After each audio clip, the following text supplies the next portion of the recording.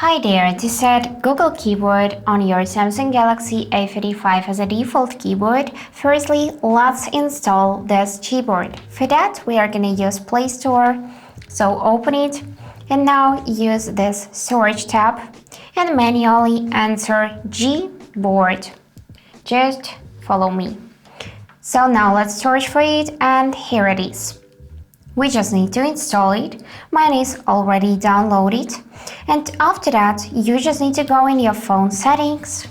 From here, you need to find General Management tab and then go in Keyboard List and Default.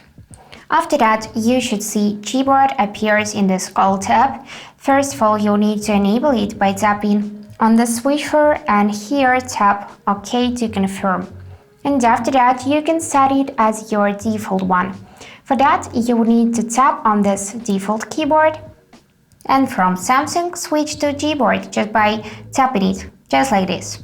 And now you should see this word Gboard under default keyboard.